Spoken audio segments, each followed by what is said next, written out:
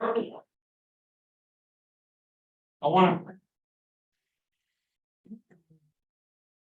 Lines implementing for our change of venue, that's what it said that. Before we get started, just like to go around the room so everybody knows everybody. And I'll start with me. My name is David James, and I'm the interim chair for the LinkedIn Opportunity Partnership. And I'm Rebecca Mayor, and I'm the board member, California Neighborhood. Chris Romaine, board member, Park Law. Good afternoon, Dawn Wade, mayor representative. Seth O'Brien, I'm the ex-official representative from Louisville Metro Government. Lawrence Terry, I'm with the DOT. We've been sharing this out there to talk about the river stall. Sure. I know to read the website, work in Frankfurt, we didn't want that. To be done that, and I'm vice chair representing the local and the. Hey, that's what I was wanting to nonprofit company. I'm Michael Brown, and I'm the replacement and Dr. Frank Smith with Simmons College. And I'm Laura Douglas, I'm the interim president. Thank you. And we have some guests in the room. Chief Portland. Okay, I'm Rachel M. Smith, Philippines. all right, thank you. No, all right. No, we have board members online, I'm sorry. Board members online, Michael, will start with you. Mike Nagel, Portland Neighborhood Representative. Thank you. And I see Dr. Chaddock. Hey, Douglas Straddick, representing the University of Louisville, serve as our Vice President for Community Engagement, as well as our Chief of Staff for our Executive Vice President. Okay.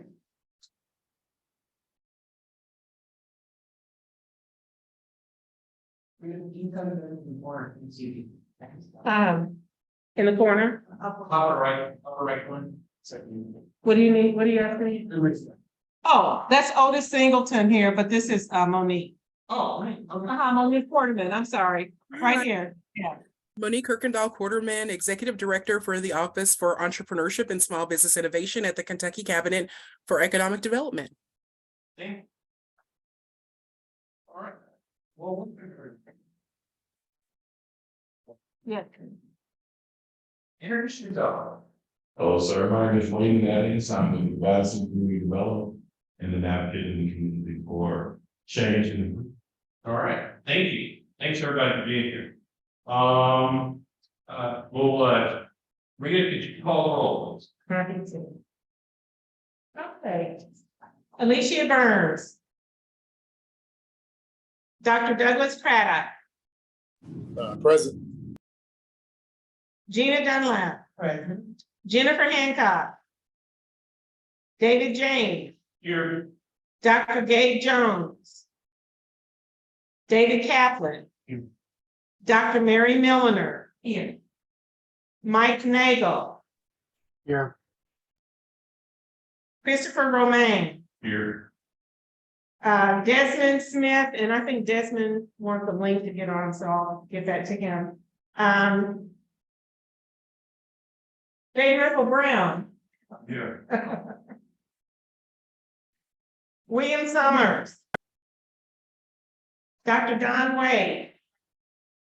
Secretary Jarena Weathers. Here.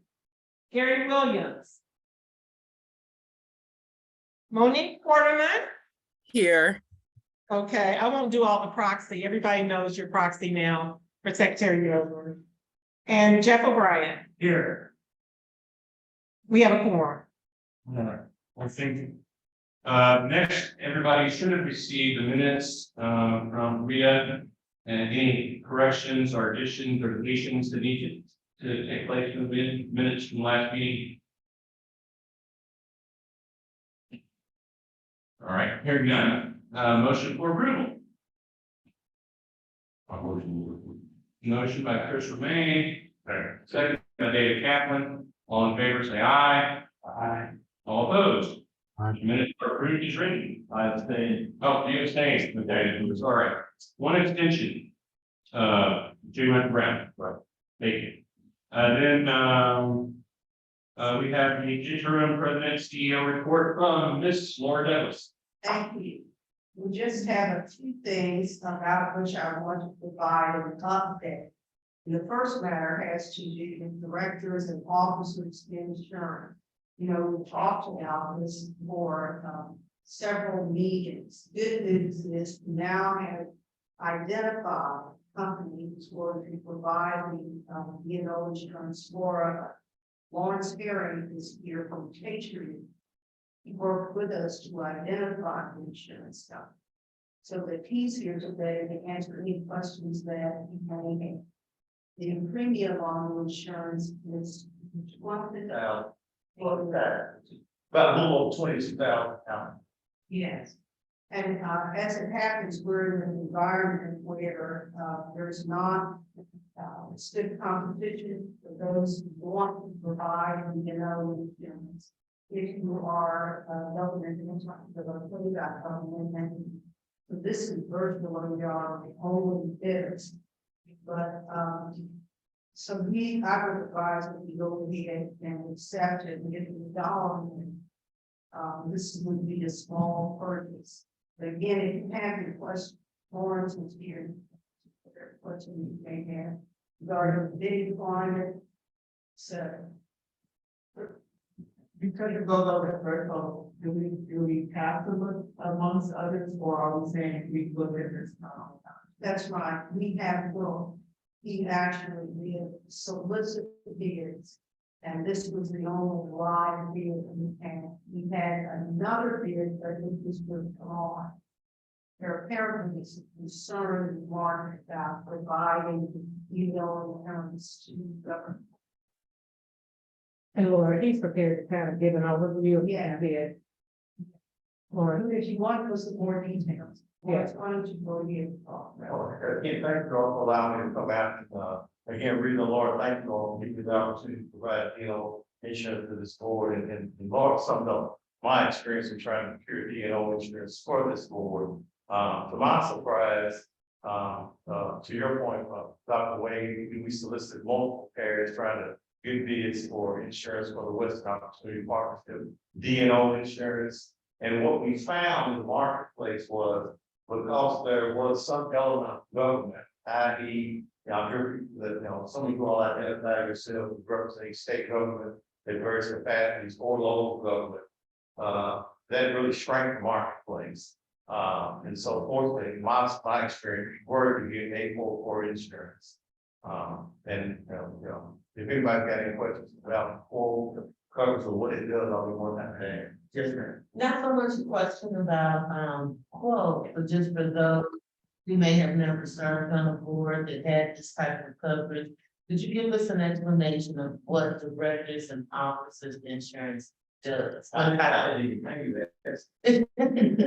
But the three components, director and all, insurance, in most policies, the most important component is it protects you all, those that are serving on the board. If someone were to take a legal action against you all as board members, it provides up to $1 billion of protection for you all individually. The other two components are, one, if the board itself or the organization decided they wanted to take the draw versus the insurance company, it reimburses the entity itself. And then the third level of coverage that does provide some coverage for the Western Opportunity Partnership. But the primary focus is, to your point, people that buy this type of coverage, it protects board members for serving this path. Any questions? So, you're going to go ahead and set purchase. Okay, so then I'll work with three that I have to know, there are a couple of ads that have to be and see to be crossed, and so I'll, continue to work with her and get the insurance put in place. The time is fast. Thank you. Yeah. Thank you all. You're welcome to stay. Sure, this will be on there. I think I'll move. Oh, wait. Now, the other item that I wanted to provide an update for concerns current public policy. Remember that when we were last together, we had an opportunity to look at the state procurement code. And we had a discussion about following the state procurement code with some providers to make it clearly our own. At this point, you're not ready to go forward with recommending and adopting the procurement code. There are some missing pieces that we want to get more information before we come back to just expect that in the first of the year, we're gonna be visiting that. The final item that I want to provide an update about has to do with the board training. We've had some discussions with Center for Nonprofit Excellence. You know, I mentioned it to you several other times that we talked about. We are at the point now where we are going to go forward with them. Their cost of their services to be $7,000. Focus is going to be strictly on board responsibilities. That is your fiduciary responsibility in the organization as a member of the board. The key part for each of you is to take a look at what you anticipate your calendar is going to look like in January. Because we aren't going to be training next month, it will be January. And we're going to send an email to each of you and we need you to let us know what is convenient 3 or 4 hour block of time for training. You'll select the location. It's going to be someplace so you're not going to have to grab for it. So please look at your calendar so you can go in and put that training on schedule. Are there any questions about any of the updates? Thank you, Mr. Chairman. All right, thank you. We have Jennifer, can you run away? No, she just started. Oh, she just on clear, she is. Hi, Jennifer. Hey, everyone. Thanks for your patience tonight. I just was able to join remotely. Is this the time for our board development report out? We are reviewing a couple of candidates who have come forward from the Parkland and Park Hill neighborhood. We're in the process of validating residency and have some questions regarding that. So we'll be circling back to those candidates. We do have a scheduled meeting tomorrow with the board development committee and a candidate. And then we are anticipating another person from Park Hill. So we have not met our established goal of electing 2 new members this month, but we are still making forward progress and hope that we will continue through our direct efforts with our flyer and social media post, as well as the efforts of Dr. Jones' committee. We'll be able to continue to attract interest from Park Hill and Parkland. And that is essentially the report for now.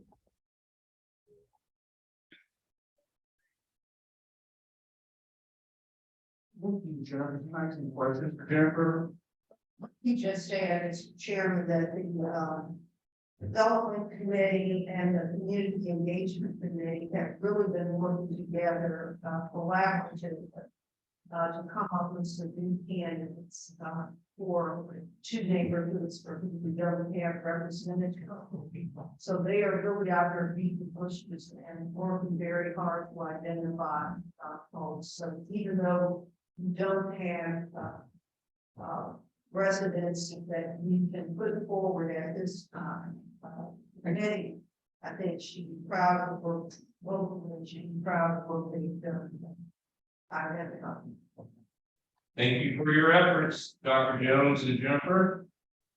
Yeah, just, I guess, say that some ropes in the middle of the board. It looks like what I've been reading in the past, that it's a lot of public forums to try to make sure that we get someone But not almost be on the board, but actually is part of it.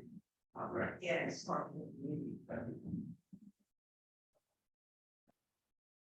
All right, thank you. And then, communications, Dr. Wade.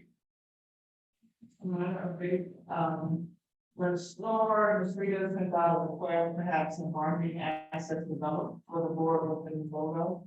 So my team is working on those, so I should have the first cut of those next week.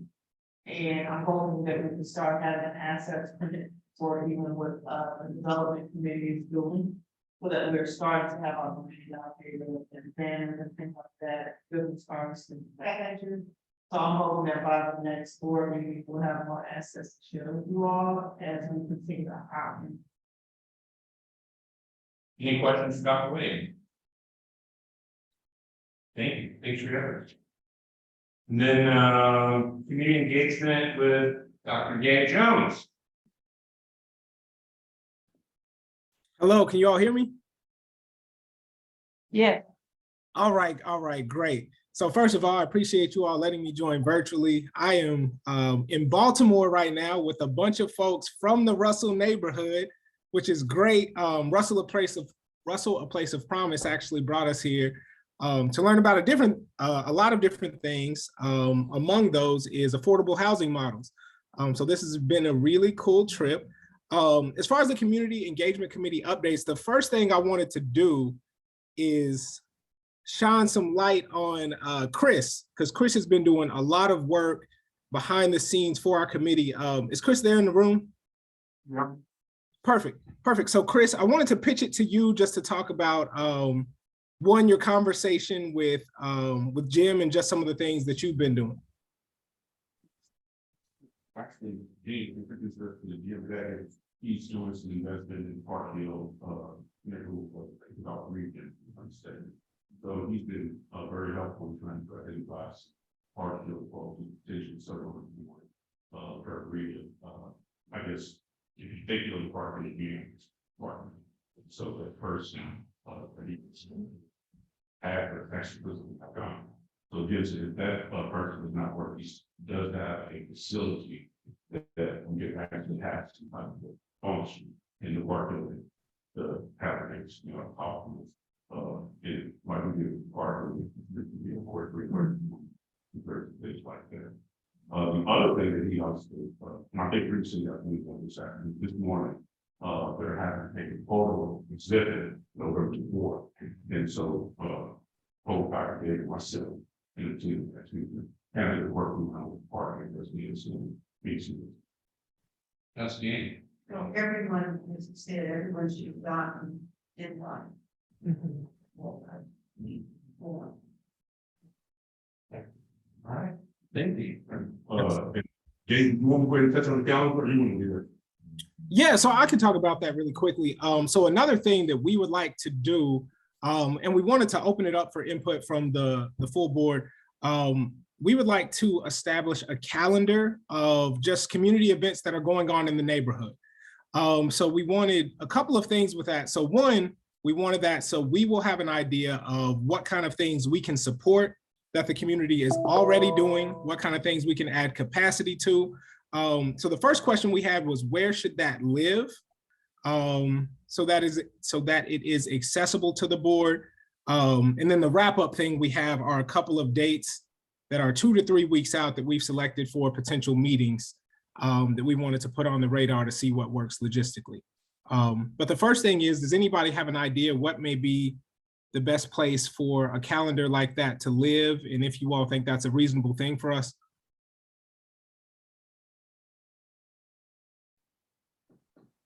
Website? Yes. Did you Okay. hear? Yeah, I think somebody said the website. Yeah, I was just suggesting that as a starter. Perfect. But there may be some other places that may be more advantageous or equally supportive. Perfect. So if folks have additional ideas on that, just let us know. And then the final update is we had, I think, identified some time between either November 7th and the 10th or possibly November 15th as potential dates for a community engagement committee meeting. But we of course wanted to present that just to see which of those dates may be available for anyone who wants to attend. And of course, we want to allow ample time for any folks from the community who would like to be present for that.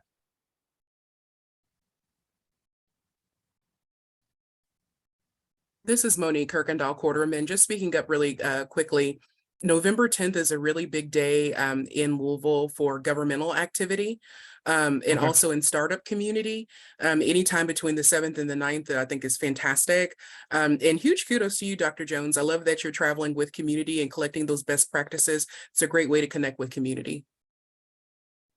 It's so much fun. I'm so lucky to be in the Russell neighborhood, y'all. It's just, yeah, it's so much fun. Thank you for saying that.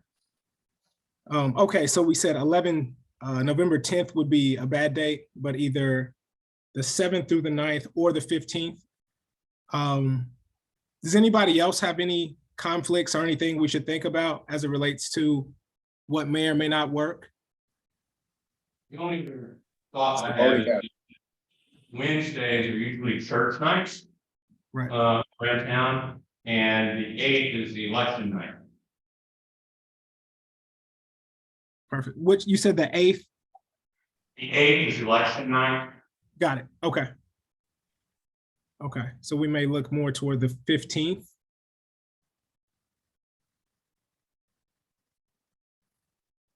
Okay, that is all I have. And I will circle back with Laura and Rita to confirm details. Thank you, Dr. Jones. Thanks, you all. Yeah. All right, next is the finance report with Otis Singleton. Hello, Otis. There he goes. There he is.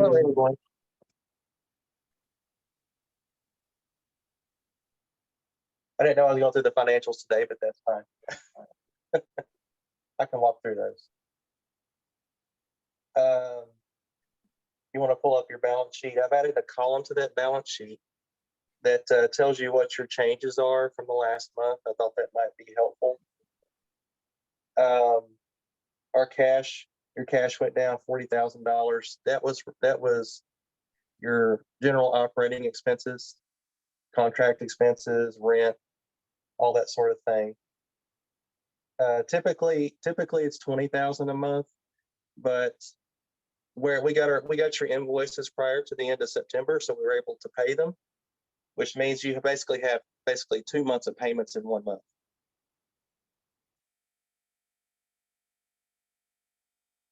So that covers the assets. We'll go down to the liabilities, and you see your accounts payable decreased in September.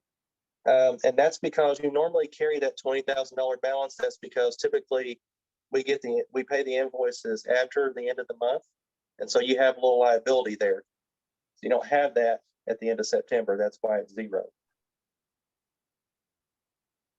And that covers your balance sheet changes. We'll go over to the income statement. Not much activity there to talk about revenue, other than you had some interest income in your accounts, $552. The expenses there again are your typical operating expenses, which total up to that $20,000 that I'm talking about. So nothing unusual there, mostly contract labor and rent. Then we'll go over to the cash flow statement, which basically rolls those two statements up and tells you what your cash did in September. Your change of net assets was about $20,000, which is the operating expenses. And then you had your decrease in accounts payable there of about $20,000 that I talked about. So your total change in cash there again is around $40,000. Are there any questions on that? Any questions, Rhoda? Really, For you. Yeah. Thank you, Otis. Oh, no problem. Let's see. Next, we have old business. Ms. Douglas. Just an update on the interlocal agreement. And Amy is on, Zoom in case you have any questions that you want to ask her. We're still in the process of negotiating more. Looks like we're going to have our next meeting with folks at the city on Wednesday of this week, so we'll be with Ron. Your questions about that's So just wondering, when you talk about the negotiation, if there's a way you could give us maybe some highlights about what might be addressed in the interlocal agreement, and maybe some indicators that there's a written draft that's taking shape, yeah, because I've had lots of experience working just in collaboration with Jefferson County concerning, so know that sometimes bandwidth can affect timing, or even other organizations that have had difficulty getting a written draft to serve as a source of discussion. no part of the discussion started with the draft from the council turns off. There are some specific parts of the draft which we have as from the county attorney's perspective, and the work city, they have done tax dividend items and fund collection previously. And they basically want to have the same type of agreement with us that they have had with entities in the past. The difficulty is that previous entities have covered geographic space of a few blocks rather than a whole neighborhood. And given the scale of the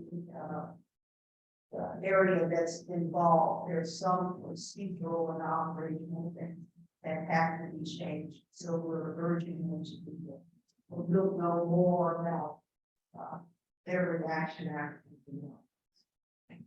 So totally understood with regard to this unmanagement, things like that.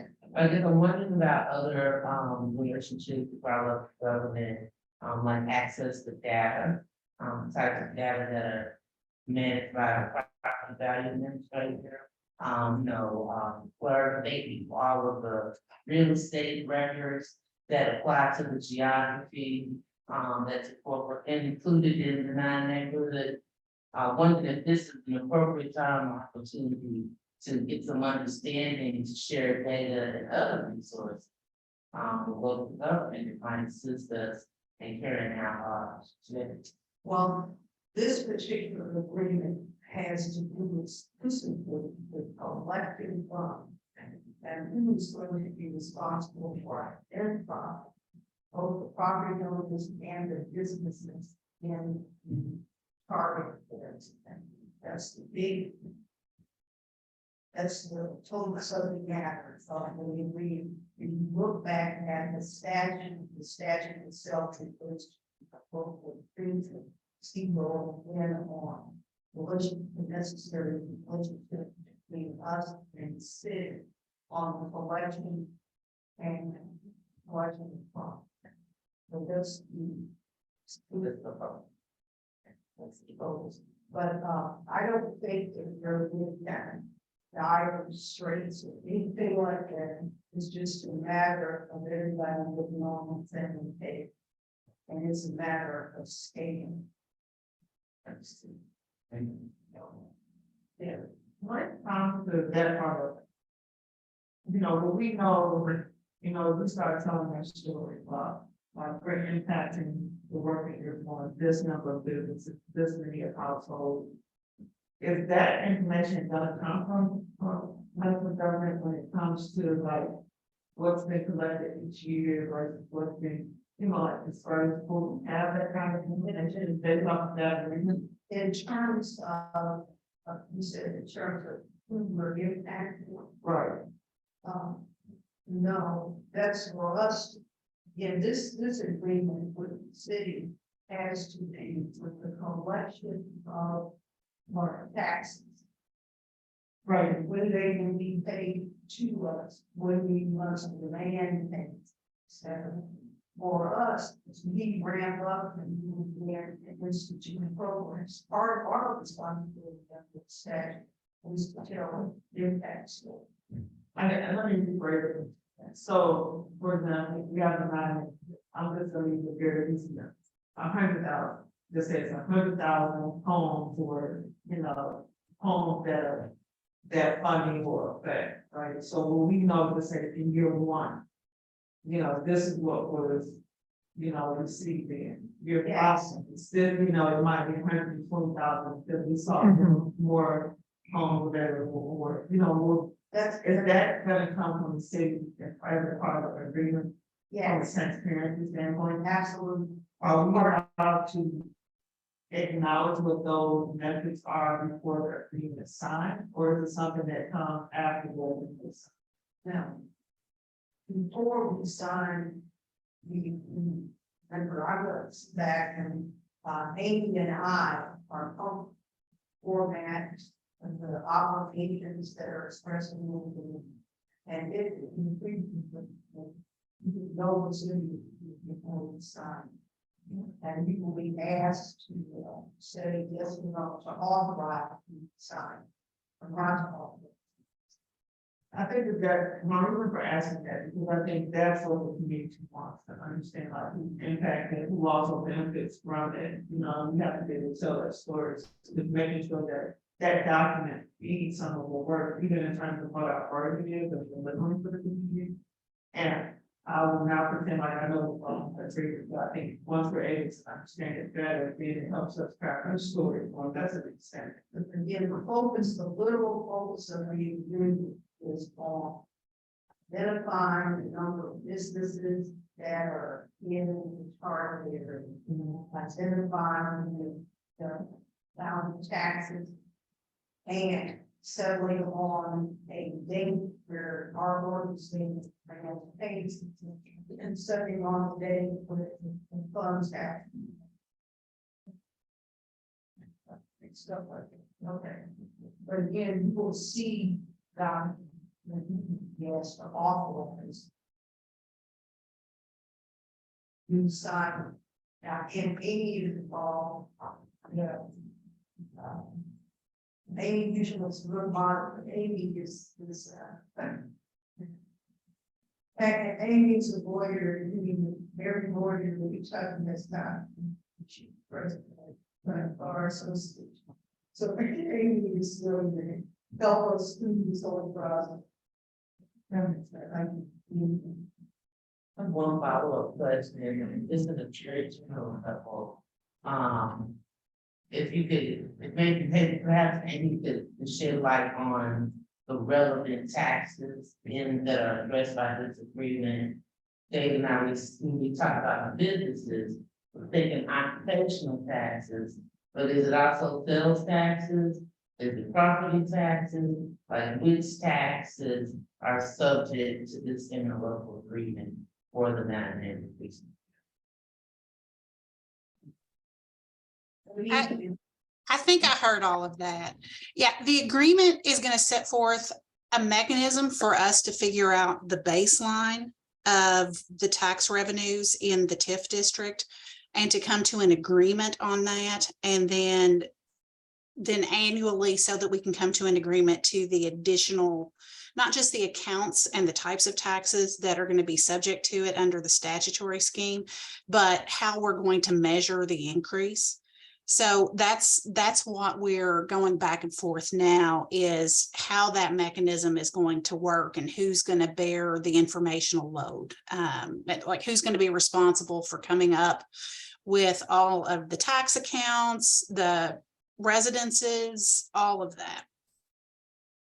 And may I ask a question just for clarity for the audience listening? Is the agreement being signed some sort of memorandum of understanding about how this actually operates? Am I understanding that correctly? Yeah, that's exactly what it's going to be. It's going to be an agreement between the partnership and Louisville Metro government. Thank you, Amy.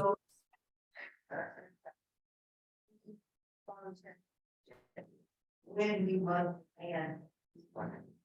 I guess, but just in a general sense, if you could confirm which taxes are included in this interlocal agreement. Yeah, let me pull that up. I don't have that in front of me. The biggest part of the agreement addresses the occupational tax because that's the difficult part, is identifying all of the businesses and then any increase in the occupational tax, though the agreement covers everything that is that covers everything that comes to the partnership under the TIF. But the parts that I don't want to say hung up on because that sounds negative, because it's not really a hang up. The parts that we're still negotiating are the parts related to the occupational tax. So are sales taxes included? Like the 6% sales tax? I don't think there's any provisions in it about the sales tax. And those are typically state taxes. I don't know that that would be a city. Yeah, Although we may want to add city sales tax in case we ever get a local option. yeah, and this agreement can be amended later by agreement of the parties to address new issues that come up. But the idea of if there's ever a local option tax, that's a good idea for us to talk with them about going ahead and working in, so we don't have to go back and amend the agreement. So occupational tax from businesses with a physical address in the 9 neighborhoods. Property taxes for all residential or commercial properties within the 9 neighborhoods. Are those part of the interlocal sources? And is that it? Yes. And so the property tax bill, particularly within the urban service district, includes things like the school tax. Correct? Or no? It does, but it's a separate line item. Right, so that is the school tax included or extra? Which is like a larger portion of the property, right? Yeah, that would not be included. Thank you very much. You're welcome. So, Amy, I've got a question about the occupational tax. And I don't know if now's the time for that or. Sure. Go ahead. Okay, so without getting too deep in the weeds or opening up too many cans of worms. So let's look at somebody like Heine Brothers Coffee. Their headquarters is in Portland, but they have locations all throughout the county. Typically not in the West End, but so if they, on a city level and a state level see an increase, how does that get split up in these agreements with both the state and the city as to where that increase came from? Yeah, for that example, where you've got a multi-site employer, each employee will be attributed to their work location because they have to pay occupational tax. Let's say that one of the Heine brothers is in the city of J-Town.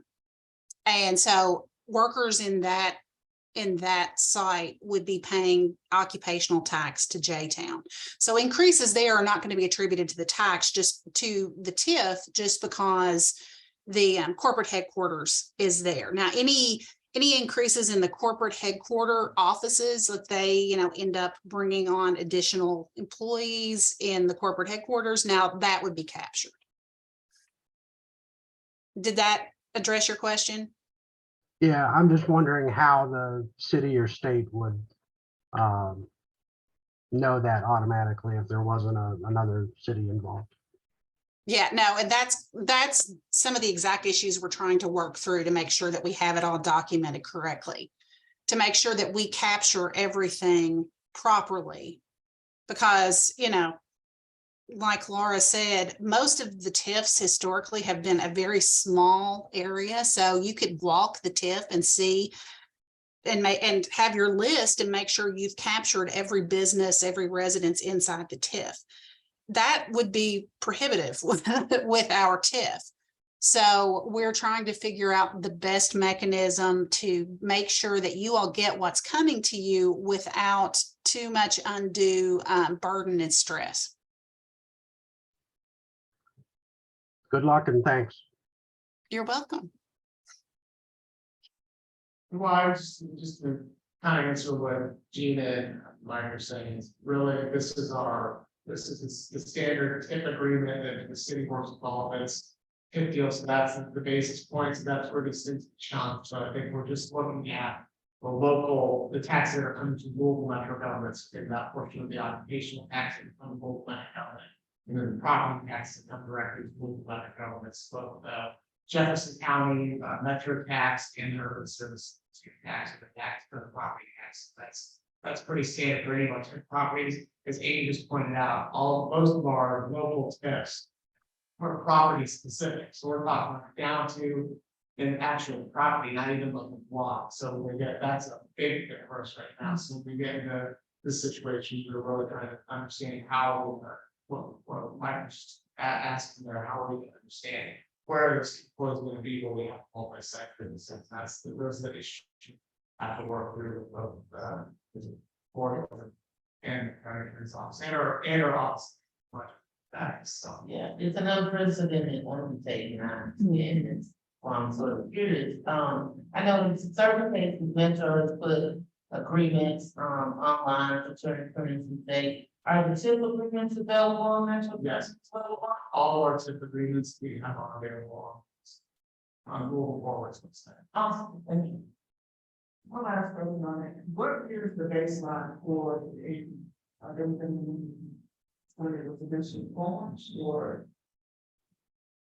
2022, I believe, because the actual funds were raised June 30th. Okay. Had we raised the funds December 31st, 2021, we could have used January 1, 2021, but it will be 2022, January 1. Any other question? Any other old business? Gina? So I appreciate the work that community engagement and board development are doing to fill our neighborhood board seats. And I believe that is what you indicated would trigger the election officers. You and I are still serving in an interim capacity. But that means we don't have a treasurer, and one of the things I've been curious and concerned with is just the operating budget for our board. And wondering if there any, I guess, ideas about when we'll tackle budgets here. So budget, I'm glad you brought that up. So budget, in the state legislation, it talks about us determining what our, I'm trying to think of that word, what our increment revenue projection is. We're supposed to determine that. And so we've been thinking through a couple of different businesses that do that work for Metro government in the state of Kentucky to see what they would charge us to do that work for us. It's one of the things we have to do in order to establish our budget by the law. So like the projection? Yes. Yes. And so we're, yeah. Which is also tied to what we just been talking. It's complicated. Okay, any other open? No? All right, in new business. Okay.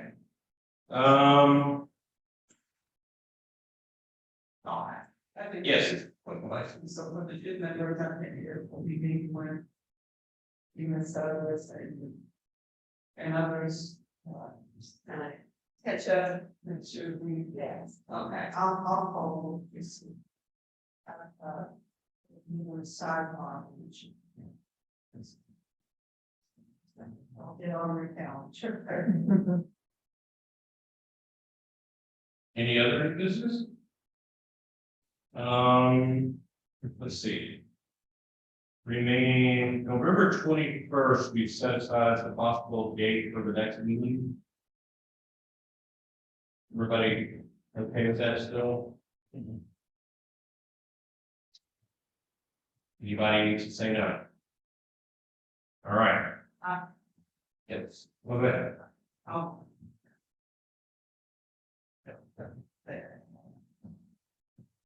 Let's take vacation. Oh. Thank you. Next is public comments, I'm sorry. Okay, before the vote for the logo, to make that official, that was, are we gonna do that? Because, it was already sourced through the board. The feedback that I saw was, the third one, are there any members here who have not seen the recommendations for the new logo? So I put it on, whether we vote on that today or not, we had talked about that. Okay. Has everybody seen the logos to be able to talk about them? Here, all right. Is everybody okay with, are there best of six? Do what? Any objections? Any objections to the third one, that we looked at? And can we show that exact one before we vote? Second one with rooftops. Second one with rooftops, yes. Dr. Wade, do you have it handy? No, I don't. Yeah, and we're in a different space right now, so I can't really do anything with this laptop. Unless you want to do an email vote, I can send it out. I don't have. Good work. And I could share screen. Yeah. No. We used the on the card that went out last month to acknowledge the board. I'm looking for it.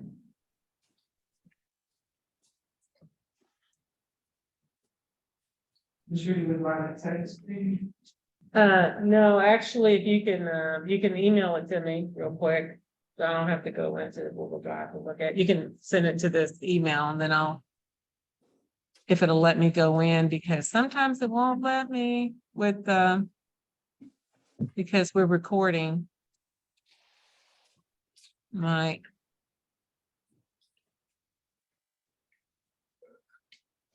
All right, it will. If you send it to me, I'll go right in.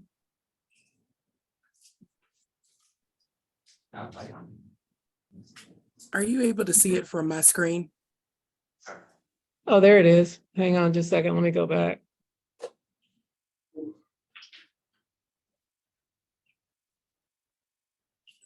There it is. No, That's not the one. Hold on. You gotta pull it down. Go down to number 3. One more.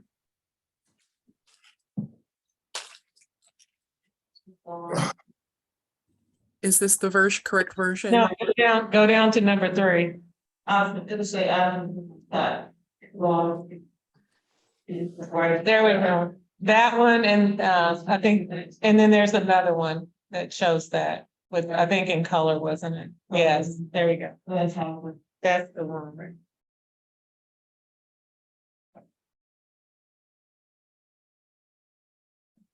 All right, so that's the option 3. Is there? I'll entertain a motion that we adopt option 3 as the logo for West End Opportunity Partnership. I'll second. Motion by Chris Romaine, have a second. Mike said. Mike seconded. Discussion. Let me hear your thought. I think it looks pretty good. Okay. Anybody have any problems with that? All right, all in favor of option number 3, say aye. Aye. All opposed? Ayes have it, option number 3. Thank you. All clear, Dr. Bailey. Wow. All right, next we have, comments from the, anybody that wishes to comment.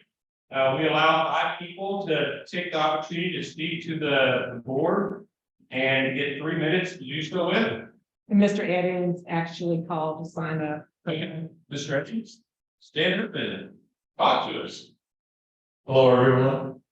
My name is Wayne Edmonds. Born and raised in West Louisville. Raised in the Russell neighborhood. So I know that you're having a lot of fun with the Russell people out of town. I bring tidings of love, kindness, and concern for this board. I created a foundation or a charity called Madison's Community Development. So French word means let's rebuild. And that's your challenge, right? That's your goal, your mission. And I'm here to tell you that right now, this board is being a little too concerned. I understand there's a lot of housekeeping that goes into your mission. But ultimately, this board will not work until you're able to generate economic opportunity out in the field. You're creating a baseline in 2022, and organizations like mine and other organizations are ready to partner with you. If there's no connectivity there for us to connect, there's no strategic plan for us to be excited about. And so what you're confronted with is constant degradation, offense, and anger. And I know some of them. We've met in the goings and comings of trying to make this community a better place. I'm encouraging you that as you get into the holiday season, it's time for this organization to connect to the community. There are 60,000 people in this community who are ready to be your partner in success. And I'm saying that if you expect that your budget reports are going to be exciting and powerful going forward, you're going to need every single member of this community to be excited about what you're doing. So a logo is just a portion of what that looks like, but you're going to have to connect. I want to be one of the partners. There's a history of me communicating with this board, sometimes unsuccessful. Today, I'm honored to be able to address you. But my heart goes out to the dozens and the hundreds of people who believe that you are here for no reason but to steal property and wealth. I don't believe that that's the nature of what you're here to do. However, if you don't work diligently and put your effort in, that's exactly what you may be used to do. My passion for Madison's is our goal right now is to create opportunities in the food desert space. That was not my passion coming into it, but my goodness, even with the news this week that Walgreens is pulling out of the West End and the South End. So red alert. So high on your agenda has to be making this a place that new employees can eat a good meal for the love of goodness. The women and the men and the children in this community should be able to have a good meal available to them. And I challenge any of you after a meeting like this, go eat in West End. You're going to be very disappointed. Certain realities. Thank you. Thank you, sir. Thank you. Anybody else? Do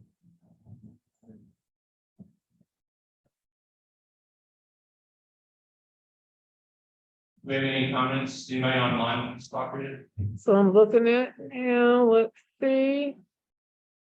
We have 8 attendees.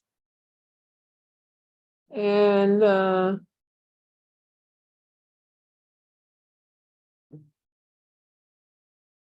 I don't see.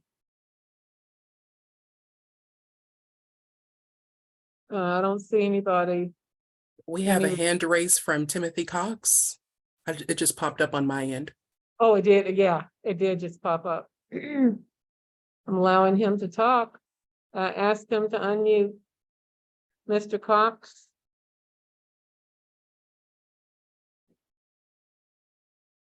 Go ahead. He has to unmute. I asked him to unmute. I'll click it again.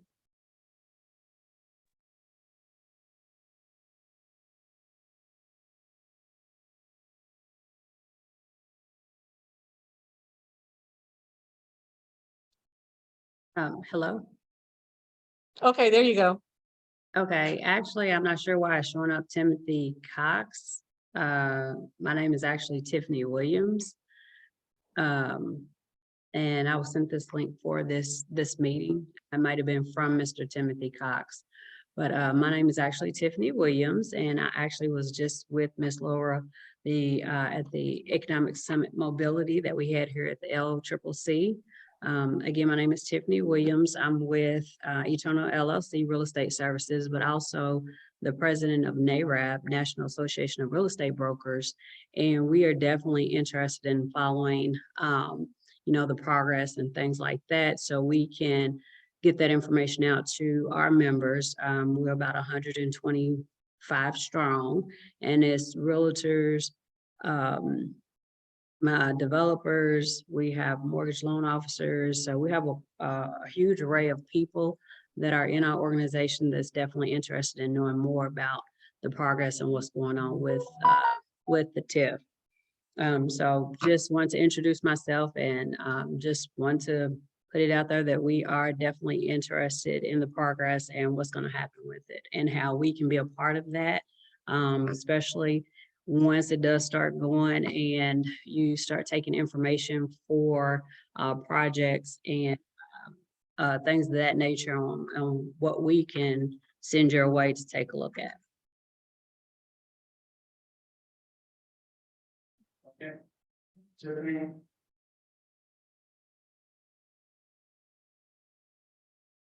Is there anybody else we can speak?